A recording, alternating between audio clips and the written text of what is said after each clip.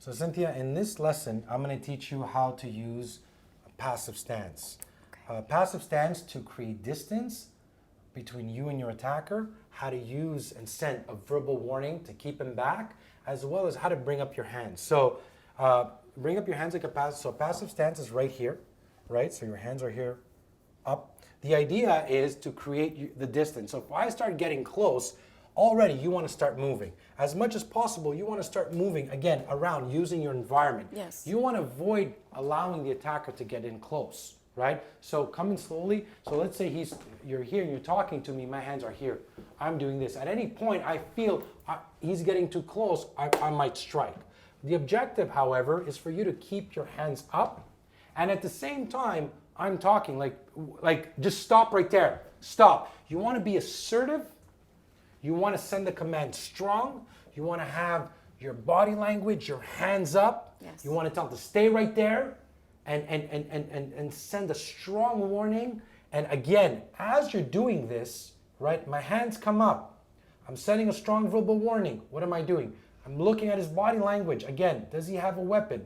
Where is he trying to move around? What is the best position for me to be? How do I play with my environment? Again, you should know, okay, where's my nearest exit, right? Is it through the back door? Is it through the side door? But that also depends on what he does, right? Yes. If he starts moving in close, right? If I'm moving back, well, eventually I'm gonna end up here. Right now here, where am I supposed to go? Chances are, if you run to the back door, he's gonna catch you.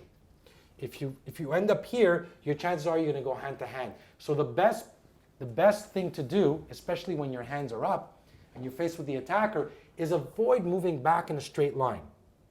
Why? You'll never run backwards as fast as he's gonna run forward, right? So if I do this and I move back, he's gonna attack me, he's gonna move forward. However, if I move in a circular motion and my hands are up and I'm here and I'm like, stay right there, what do you want? And again, I'm creating that distance, okay? So go over here, Luigi, go in the back. So let's say now he starts to get close. The first thing is, start going towards her. Yeah, bring up your hands. Stay there! Don't move! Hands up, hands up. Good.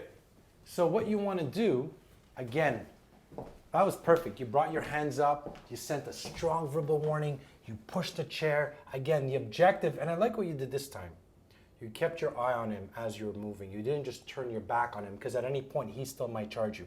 The last thing you want to do is just turn around, start moving where you're open to be attacked from behind, right? So unless I have a big distance, right, I don't want to turn my back.